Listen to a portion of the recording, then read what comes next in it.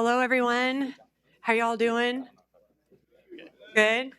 Thank you so much for being here tonight. We're really pleased with the turnout and thank Jenna and Basecamp so much for partnering with us. We're really honored to have this as an annual celebration with industry and Basecamp. Before we turn it over to our amazing panelists who have carved time out for us tonight, I just want to spend a brief moment introducing our program. So I'm Jennifer Nolfi, and I'm the director of the Masters in Sports Product Management program. We're about 11 years old now, and we teach the business of the product creation life cycle. So from concept to market, our students are not only learning in the classroom from industry, mentored by industry with guest speakers from the industry, they're also making in our lab, which you'll have a chance to tour later. So they're making footwear and base layer apparel during their first term in the program. In addition, they get to travel globally, and we know that since the pandemic, fewer brands are sending people globally. So our students are heading to Europe in May, and then they will head to Asia in September to visit factories, retail, and brands. So just an incredible opportunity for our students. 95% of our faculty are from the industry. We have over 400 alums, and we estimate about 90% are working in the industry. And we have several alums in here tonight. We just graduated our class of 2026 in March and are so proud of them, and they're landing amazing jobs in the industry. So thrilled to have you all here. There is one more initiative that we've launched recently focused on corporate education. So targeted high potential mid-level managers working in the industry with 5 to 12 years of experience. Our first workshop is June 10th and 11th, and it's called Insights to Brief, and there's brochures downstairs, or I'm happy to talk with you about it. Real quickly, I want to recognize our team. Leslie, who leads industry engagement, is somewhere here.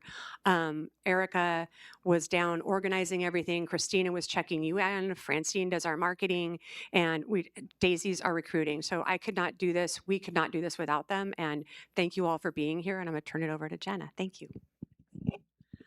Thank you. So, hi everyone. Thanks for being here. Just a little quickie on Basecamp. If you haven't heard of it, we are the community for the outdoor industry. It's for anyone that works in the industry now or who wants to. We do a weekly newsletter. We do events like this. We just built a job board. And if you go to basecampjobs.com, you can sign up for that job board and then get in your email any job that would be good for you so you don't have to check back all the time. It took us a long time to build, so please use it. It's really actually like pretty good too. And this panel it's just so fun. It's called How I Broke In for a reason. I basically am going to pepper these panelists with questions about like the tactical things they did to get their job. It's pretty informal. I'm just going to start by asking everyone, you're going to just say your name, your title, and then I want you to like very briefly explain what you might do on a random Tuesday. Because what I found is that people's job titles and what they actually do all day is like not obvious. And I learned a lot talking to y'all. Hi, I'm Ashley Radford. That's a new last name for me, so I'm getting used to it. But I'm the lead product line manager for women's sportswear at Columbia Sportswear. And on a random Tuesday, this Tuesday, I was presenting the fall 27 line to all of our regional partners that flew in the morning, presenting for First Adopt, getting them to adopt this amazing line that we're building, showing them fabrics, and then jumping to put out about 10 different fires after that for 3 other seasons. And also having different trek conversations with my team and making sure that they're on track for their development goals. All this Tuesday. Awesome. Hey, y'all. My name is Demetra Carter. I am the Director of Influence at Popfly. And this past Tuesday, we're doing this fun thing called an adventure giveaway. It was this big idea that I had, and we launched it this past Tuesday. So I was making sure everything was good to go, making sure every brand, we're giving away like a $2,000 RV stay gift card, a GoPro, but I had to make sure everything was like clear. Like we're not violating any rules, any laws. There's a lot of sweepstake rules out there if you don't know. LinkedIn will get you. Yeah, I'm very well versed now. So I did that, posted all about it, created the content strategy for this entire week for that. And it all started on Tuesday. Hello, Bobby Tarnapole. I'm on the ACG team in North America at Nike, specifically the brand team. So what we like to say is that we sit in the middle of the hub and spoke model. So I touch all different functional partners and have to collaborate across pretty much every facet of the business. So thinking back to this Tuesday, we were recovering from our trail race that we hosted. Or I shouldn't say hosted, presented. We were the presenting partner of the Gorge Waterfalls race this past weekend. So recovering from that, doing a teardown internally of everything that we can work on and make it that much better. That's just one aspect, and then we're also working against the seasonal, having seasonal readiness and making sure that we can actually sell product and people know that what we have available. So my job is like kind of twofold: working on the fun stuff for the races, and then making sure that we're driving business and the growth. So my name's Josh Reich. I am a footwear developer at Boggs Footwear. Sounds like we all had really busy Tuesdays because we had our internal LR2 review on Tuesday, and that consisted of going through all of our fall winter 27 product and identifying like what we were going to carry, what we were going to drop. And my job was to like take notes of all these things and the revisions and pass those on to our China team and our factory partners, and just making sure all those go through smoothly. So yeah. Awesome. Thank you. So, Ash, you work at Columbia now, but you started in the SBM program. You had a bunch of internships. And I wanted you to tell everyone how you got those internships, especially that one with Handshake. Yeah, so I interned at Handful Handful. while I was in the program. I think I'm a pretty scrappy person, and I also like running at 100%, 120% every day. So I immediately, when I got to the program, was trying to make connections and raising my hand and saying, I would love to volunteer for things. I would love to be involved in whatever I could, just because I was coming from a very different industry and I wanted to like get lots of touch points and understand which was the railroad that I wanted to go down. So for me, it was talking to the professors, talking to the directors of the program, and coming to networking events. I connected with Jennifer from Handful, who's the CEO, and she's like, I can't really do a lot right now, but if you want to help me with some data entry, let's do that. And so I started with some data entry and then kind of moved on to a couple different projects ad hoc as they needed them. And then that kind of rolled into the second year, doing a full consumer insights for them and kind of benchmarking against programs as they were building out their bottoms program. It was kind of new at the time and suggesting some new things for the younger consumer that they were going after, and just really maintaining those touch points throughout the way. So you got to build up a pretty cool portfolio because you raised your hand and you let people know I'm looking, I want to work. And so you got that recommendation and you got that internship. How did that book of work parlay into your next role? I think that was it parlayed. Oh, that's such a great word. Parlayed into my next role because as I was heading into interviews, I felt like I had kind of a wealth of knowledge in a couple different areas. And also, it helped me build up an actual physical portfolio that I could share with the people I was interviewing with, show them the projects that I had worked on, have actual like touch points and product that I had touched and influenced, or could show like how I streamlined a data system for them. So I just had really tangible evidence of what I had worked on in the program. Besides just the learning and the schoolwork, there was also like active trail of what I accomplished over the last 18 months in the program. And a lot of people are like this in this room, I think. You didn't come from outdoor. You had like a lifetime of a career before that. So, how did that kind of play into the interview process when you were trying to break into this new industry that you hadn't really been in?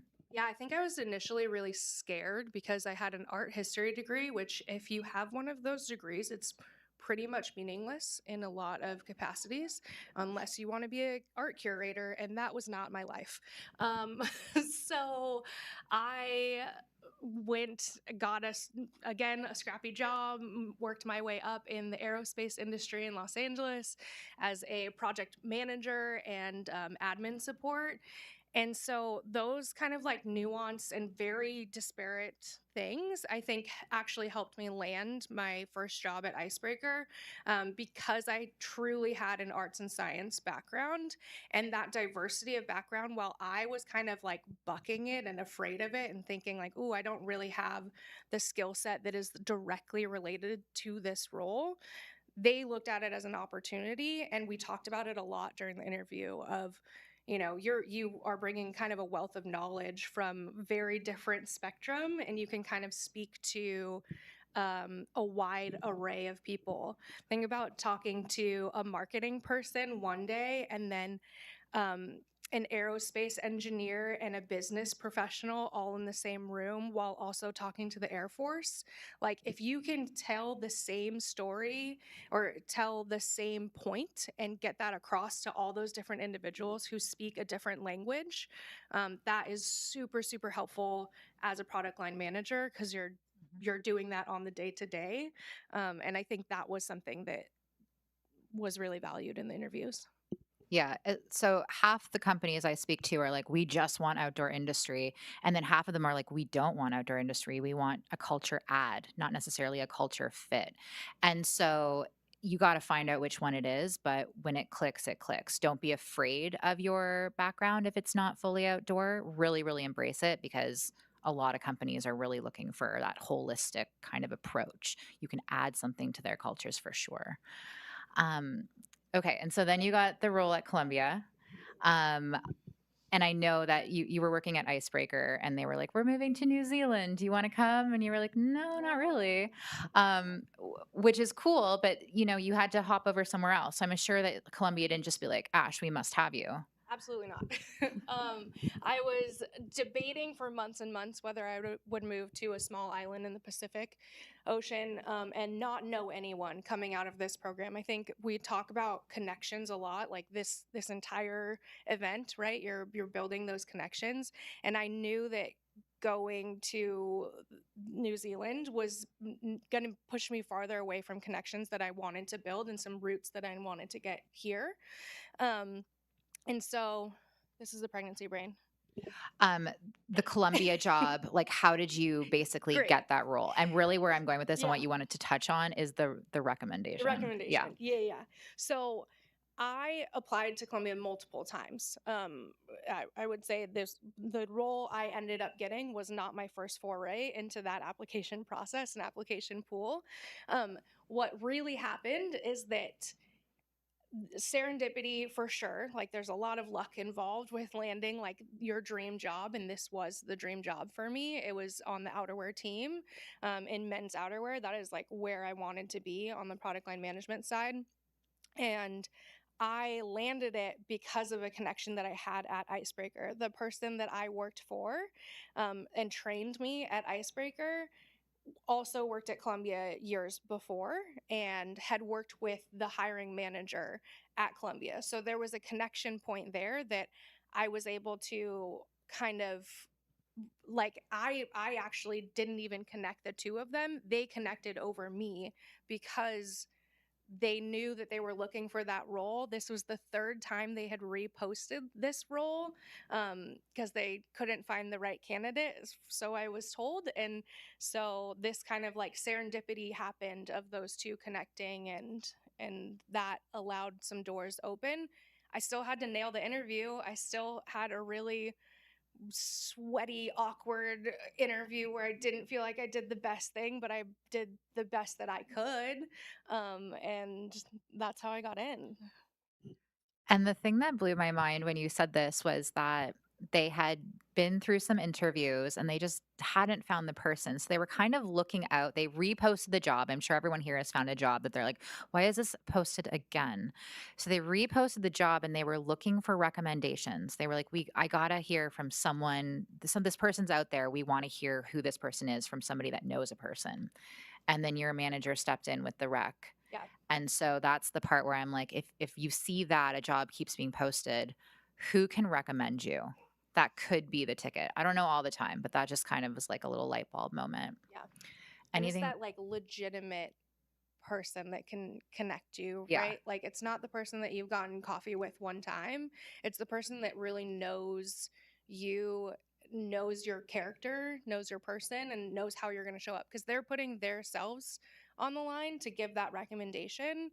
So foster that growth with that person because I think that that really like down to earth connection with somebody means much more than like a quick coffee chat with someone. Yep. So ask for that letter from someone that knows you well. Thank you, Yeah, Ash. thanks. And if there's questions for the panelists, we can have those at the end, and obviously you can chat with them after. But I'm just going to do the interviews, and then we'll save questions. Demetra, thank you for being on the panel last minute, Of voluntold by course. me. Tell us a little bit about your trajectory and like if you can remember all the jobs you've had, name them. I know. I've done all the things in all the places. So I started off in the outdoor sports space at Nike. I was an intern back in like 2019. It's crazy to say that I was in college then, but graduated with my bachelor's and master's. And throughout college, I was a internship girl. You only need one through your bachelor's and master's program. I had like four. I was like, I'm going to do this. And mind you, I was also a student athlete. So I was running track and field internships in class. After graduation, I had a marketing degree and I was like, I guess I got to go corporate. So I went to Google. It was not sports, it was not outdoors, hated it. So left Google, went to Team USA, loved it so much. I was a digital media assistant, the United States Olympic and Paralympic Committee, got to go outside of my space of running. Running's still my bread and butter, but I wanted to like branch outside of it essentially. So went to Team USA, did that. And then after that, where did I go? I went to On. I moved to Portland.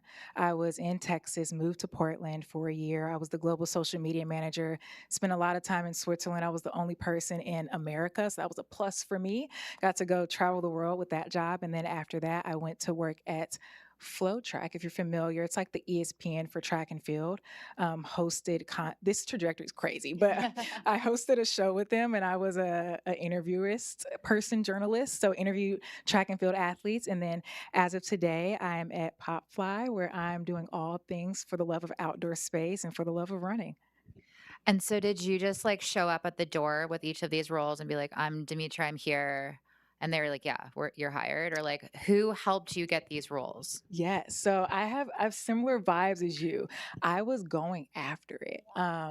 Like college version of me, I had that university email. Oh, best believe I was going to email you. Like I was reaching out and trying to get every connection possible. And there was a man, his name was Will, when I was in college, and he told me it's not about the don't take this to heart. It's not about the grades you make, it's about the hands you shake. You should make good grades to be very clear. But he said that to say, like, you need to go ahead and shake hands with people, send the email, put yourself out there because you never know who you're going to connect with.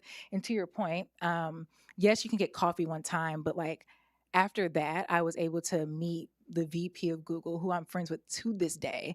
He lives in Oregon. Me and my fiance went over to his house. Like we built that relationship, and he's helped mentor me throughout these different career paths.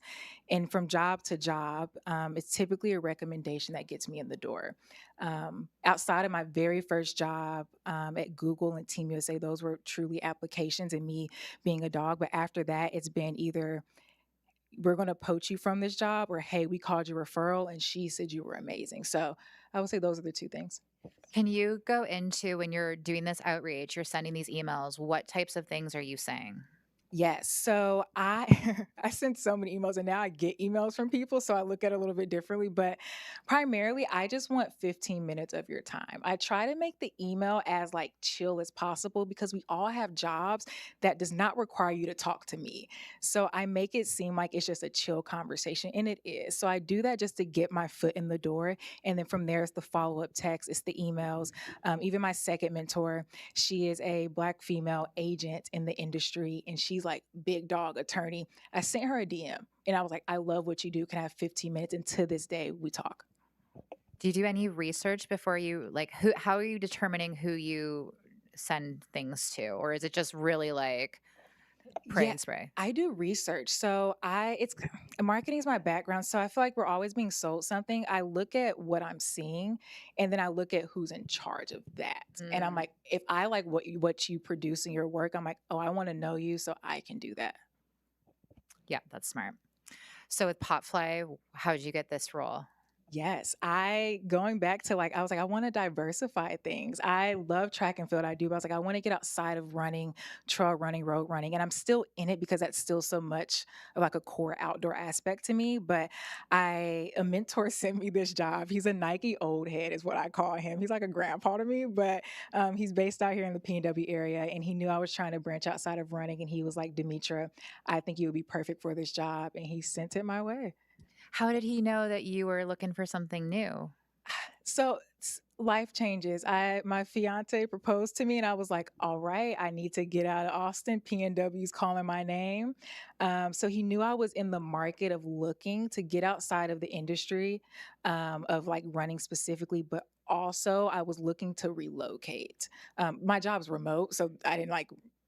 The job wasn't based in Oregon, but it was those two life changes that kind of like did that, and he knew. I just told him.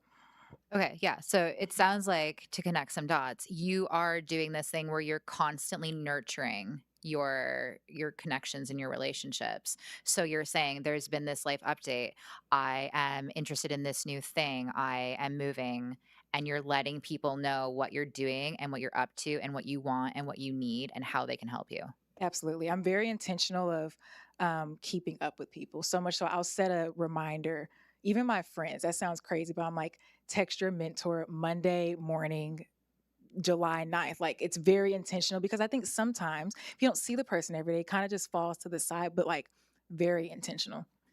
I love that because the urgent can take over so much, and networking is very important. It's not urgent though. And so schedule it in. Like if it's not in my calendar, I'm not doing it. That's why Pilates is in my calendar. It gets a place there. And so I love that you're making time for this because it is the difference maker and it will slip through the cracks. So Yeah, absolutely. yeah, very cool. Is there anything that you would like the folks to know or that you wish you knew that you could pass on? Yes.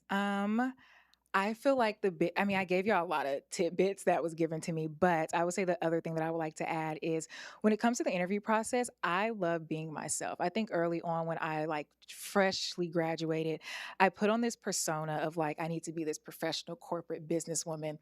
But as of today, in my last couple jobs, I showed up as myself. And when I was hired as being myself, I never felt like I had to show up in a role like something I wasn't. And that felt good. And looking back now, I think that's why when I worked at Google, like, yes, it wasn't outdoor. Yes, it wasn't sports and I didn't like it. But looking back, I think it's because I interviewed so professional.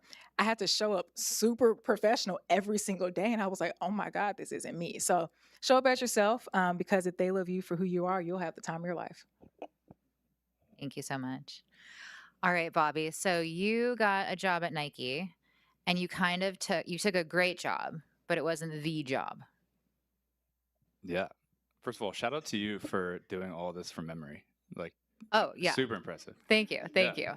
you. But yeah, so I took a contract role, like a lot of people do at Nike, just to get in. I took a bet on myself. I took a 3-month contract that somehow turned into 2 years, and then finally got converted into a role that I like wasn't thrilled about, but I knew that I would learn a lot in it, and then had the outdoors in the back of my mind for that entire time. So part of me was like, okay, do I leave and try to find something that's actually in this space, or do I stick this out and see where I land? It just so happens that during a reorg, I got word of that ACG specifically. Also, I didn't say anything. I didn't explain. ACG is all conditions gear. It's Nike's outdoor like sub brand. But so anyway, I heard that we were revamping that and putting a lot of dollars behind it, and went out and figured out how to land in it. So Yeah, and one thing I want to point out with that is like that's research, that's ear to the ground. So you heard like you were internal, so you got a little bit of a leg up there, but your ear was to the ground and you heard something and then you acted on it. You found out a little bit more about it and you were asking some questions. Can you talk about that? yeah, questions. Remind me. Well, you kind of inserted yourself. Yes, yes. Sorry, you know more than me. No, so I heard about it. Uh, there's like little inklings of it. You're like, yes, internal, but even you'd be surprised, even internally, most of the time you have no idea what's going on above you. But so had inklings of that. Confirmed that it was happening. Was able to get a stretch, which at Nike is where you work on a different team in addition to your capacity that you already have to try to broaden your horizons and learn more things. So I was able to convince uh, my leadership to give me that opportunity. Did that for, I think, 2.5, 3 months right before the restructure. And then with the restructure, I didn't know like what the team was going to look like, but I knew that I couldn't leave it up to chance. So I fired off a couple emails based on the recommendation of somebody that was already on the team. Fired one off to the head of HR and then also the VP of brand in North America and said, "Hey, this is what I want to do. This is why, and this is why you should put me here. Like, please consider this." And then got that Zoom meeting during the restructure that everyone dreads. Flipped it on and got told that I was getting put into where I wanted to be. So ask is basically my recommendation. Yeah, like, and what kind of can you go into that email a little bit more deeply? Like, you were like, "Here's why you should put me there." What types of things did you talk about for that? Yeah, for sure. So I went two different routes. One, it was I knew that in the past that during restructures, the focus is really putting on people in two different areas. One where they're passionate about, and then also one where they have expertise. So I knew that. So I kind of sold myself, saying of why I know the outdoor industry better than the next person, and really stood behind that. And then also the second part of that was this is what I've done that internally, all the projects that I've led, that I've worked on, that relates directly to this. Just so happens that I was on the running team prior, and the main sport dimension that we're focusing on at ACG to start is trail running. So there was like kind of a 1-to-1 there ish. If I'm sure a trail runner wouldn't agree with that, but we're close enough. So I had that experience, and then yeah, so they listen. So in the interview, was there anything special that you did to like really sell it? Believe it or not, that there was no interview. Oh, there was no interview. No, so it was just a pure restructure where I got moved on the org chart, and I found out. So I think um, the interview, if you will, was the 2.5 months leading up to it, where I got to be sit in meetings, provide my opinion, and show that I can do this. So I guess it's a 2.5 month interview leading up to it, and then advocating for myself via email.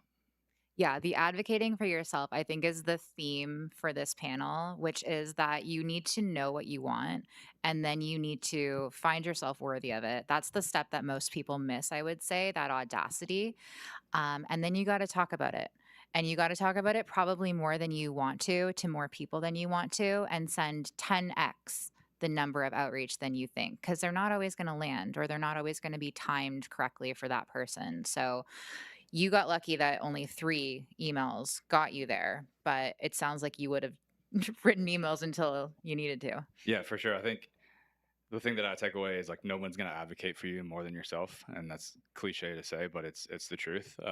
Like you think that your boss, if you have a really good like rapport with them, they're still gonna like try to get you to the next level. But I just learned like it just doesn't do as much for you as you think, as much as advocating for yourself does. Yeah. Is there anything else you want to add? No, I mean that's Yeah, a big takeaway there. that was pretty much it. Yeah. All right, Josh. So you had a really, some people would describe it as a bummer, actually. You had an internship fall through when you were in the program. Can you briefly talk about that? Yeah, so I was in the SPM program and I was looking for an internship, and Boggs Footwear came up. Had heard about it from a guest speaker about the brand, and yeah, applied. Had a really good interview and like thought it was gonna work out. But they ended up having to cut the internship program that year, and so I ended up having to search for a whole different internship for the summer. Um, but just really like meshed or like vibed really well with the people at Boggs, and just tried to stay in touch with them as best I could, and like just yeah, try to make the most of it. Like I think sometimes you see like something like a no in an interview or something fall through as like kind of negative moment, but if you see it as like a networking or opportunity to learn or meet new people, then it can like become a positive in a way. So, And I know that you kept in touch with the woman who would have hired you or was the department lead for that team. What did that look like over the months or years? yeah. So she was the director of product for Boggs Footwear, and yeah, just like after finishing my summer internship at a different company and like coming back to the SPM program, just like staying in touch with her, like letting her know what I was learning, going and get coffee with her, um, but also like I think something that I learned from the SPM program was like trying to make it a two-way street for the people that you're meeting or networking with, like offering them something, not just like receiving something from them. So like keeping an eye on what Boggs was doing and like what new stuff they were launching and what their like competitive landscape was like. So when we would like meet up, or if I sent them a message, I could be like, "Hey, I'm seeing this. Like, this is my thought," or like why did you guys do this, and like share your thought with them as well, and just like make it more of a yeah, just like a relationship, not so much just like asking for things from your mentor or like a friend or yeah, networking thing. That was the genius part that I heard from you is that you were saying, "Hey, let's make this a two-way street." And you were saying, as a consumer looking outside, looking in, here's what I'm seeing and giving super valuable information. So, like, this woman wanted to meet with you multiple times when you were not working for her. And I know that you also, like, this was really cool. There was the CEO of which of the other companies? Yeah, so Boggs is owned by a company called Waco. They're based in Milwaukee, and they owned another company called Forsake. And the founder of Forsake was also part of my interview. And we had this connection that he worked for Alta Ski Resort, which was like my hometown ski resort. And we just kind of connected in that way and kind of became like more friends than like a professional, like business kind of relationship, but also just like staying in touch in that way as like talking about skiing or just like just normal stuff instead of more like business things like that. Yeah. Yeah. So you're keeping up on your research on Boggs, and then a role pops up that you were really into. Yeah, so I knew that I wanted to be in development from being in the program, and had actually met with this director of product just like a few weeks before, and it was right after Trump announced all the tariffs on Liberation Day, and they were like looking pretty bleak. And then she was like, "I don't think any opportunities are opening up with Boggs anytime soon." I'd kind of written off the opportunity, and then I was out at dinner, and I got a text from a friend, and he was like, "Hey, this footwear developer role just popped up on LinkedIn. Has been on for like an hour," and I went straight home after dinner, like tailored my resume, sent that off as soon as possible, and then that next morning, like emailed the director of product, emailed the founder of Forsake, and then we had an alum as well who was the developer that was leaving. Just reached out to as many people as I could, tried to be like one of the first people to apply, and just let them know that I applied so that they knew to like look for me. Um, and yeah, so that was on a Friday night. And then Monday, they asked me to come in for an interview. I came in on Tuesday. And then I had like the job offer on like a Thursday or a Friday. So it was just like having those connections and kind of like somebody was talking about luck and just like knowing the right people and like having like the right things pop up at the right time. But yeah, I was able to get the job at Boggs because of that. And before we go to questions, your interview process, you told me like the things that you did to prepare for the interview I thought were really smart. So if you can just tell everyone those. Yeah, I just I made sure like I had a list of everybody that was going to be a part or like participating in the interview, and just like research their roles, research like again like what was going on at Boggs at the time, and like um, but also prepared a packet. And this is something that I learned from EBJ, one of the professors at SPM, of just like an interview packet, which includes like your resume, your cover letter, and then like a I can't remember the term, but it's like a plan of like what you're gonna do for your first like 6 months in the program or in the role if I were to get it. And then I just brought as much like work samples as I could that I felt were relevant to the role so that I could share that with them. And then after the interview, sending them everybody that was in my interview just thank you notes for letting me come in. And Like speak. physical ones to the Yeah, office. Yeah. handwritten. Yeah. Handwritten. Yeah. Yeah. Boom. Yeah. All right. Well, thank you all. Four very lucky, very, very prepared people sitting in front of us here that did a lot of work to get where they are. Does anyone have questions? Yeah. So I work in video production, and in video, like story is considered king. But relating that to like connecting with brands and like trying to get positions with brands, I feel like understanding their story and like what they believe about themselves is also very important to like connect with them. And, like try to. Sorry. Yeah. Do you want me to repeat the start of my quote? Okay. So just kind of like I wanted to ask you guys basically like how did understanding the company's story kind of play into kind of getting the roles that you are in now and in doing your jobs as they stand? I'll go first. So my interview process for this current job required me to submit a video. Me, you probably do very different video editing. You look like you do it for real. I do it for like TikTok and Instagram.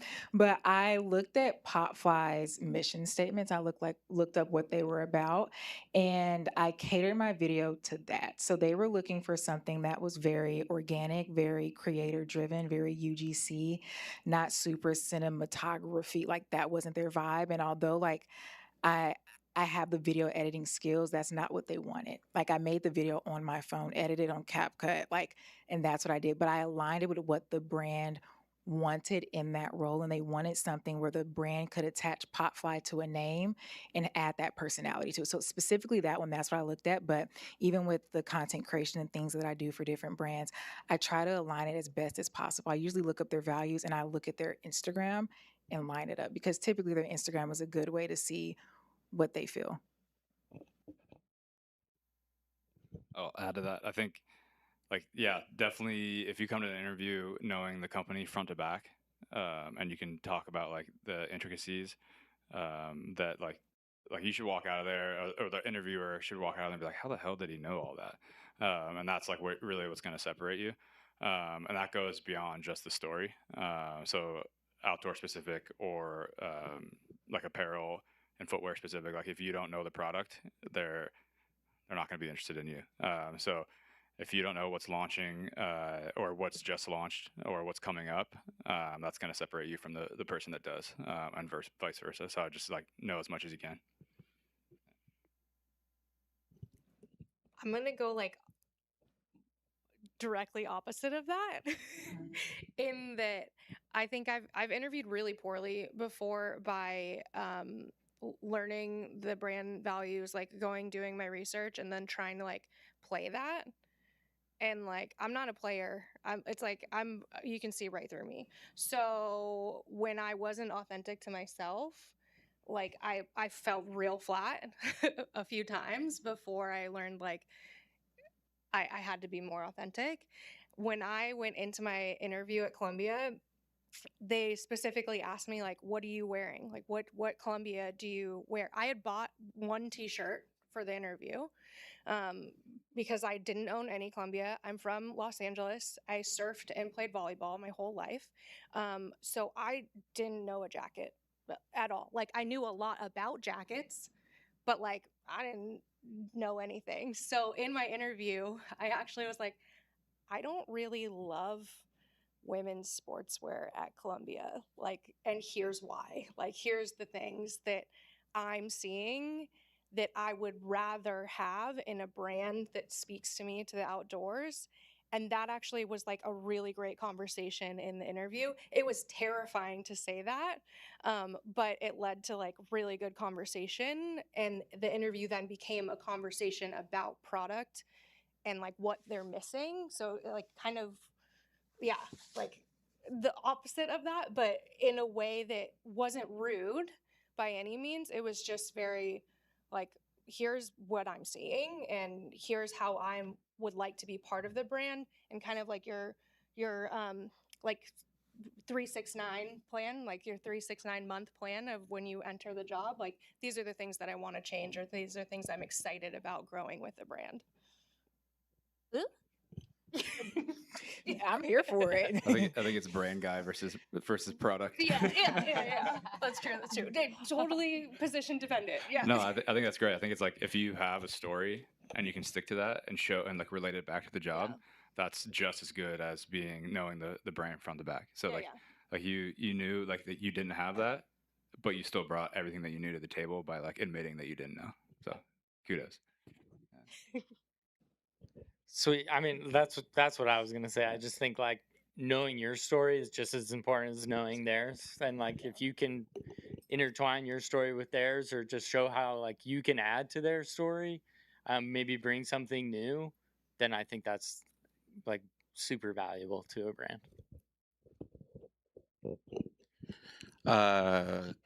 I just came in a little bit late, but my question is, I'm over here in the back. Sorry.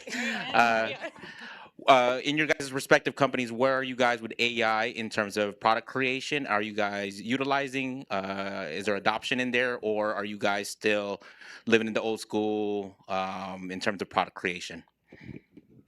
That's a great question. I'm currently in some interview panels for some positions at Columbia, and this question has come up multiple times in every interview that we ask. I think it's everyone's wondering about it. Our executives kind of had a really good way of saying it lately, is that if you're not sticking, like if you're not moving and like adapting AI, then you're going to fall behind, right? So there's ways that Columbia as a brand, and I'm just speaking to this in like the general sense, is applying it on more of like the data and back end side, and like to improve efficiencies across the line. Columbia's a very safe brand, like not super risk taking, right? So we're maybe slower adopters in some senses. However, on the product creation lens where I sit, we have like a really strong ethos that like that still has to be so consumer forward and consumer centric, and AI is never going to replace product creation.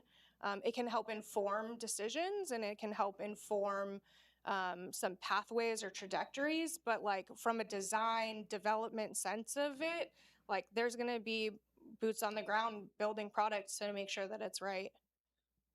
Yeah. I come from a very like Boggs is a super small brand. Like we primarily just use like Microsoft Excel, like Teams. Like we just got an email last week that we can now use Copilot. So like we don't use like any AI really.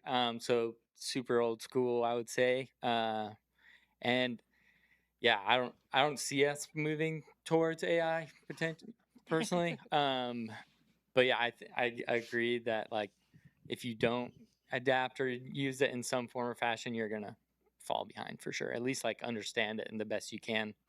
But like with us being such a small company, it's just not really able to right now.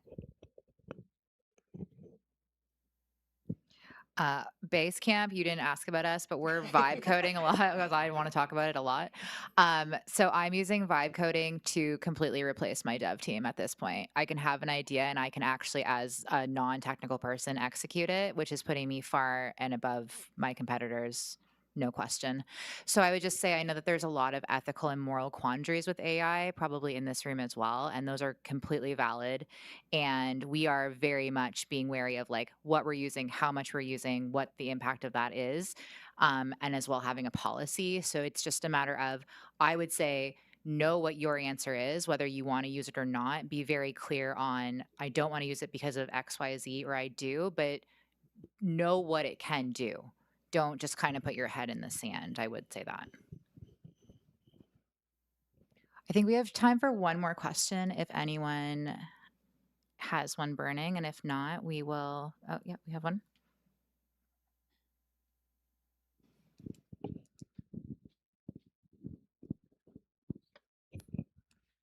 Thank you. So my question is kind of revolving around the sports product management program. For those of you who did it, what motivated you to join the program, and how do you feel that it prepared you for the role you have now?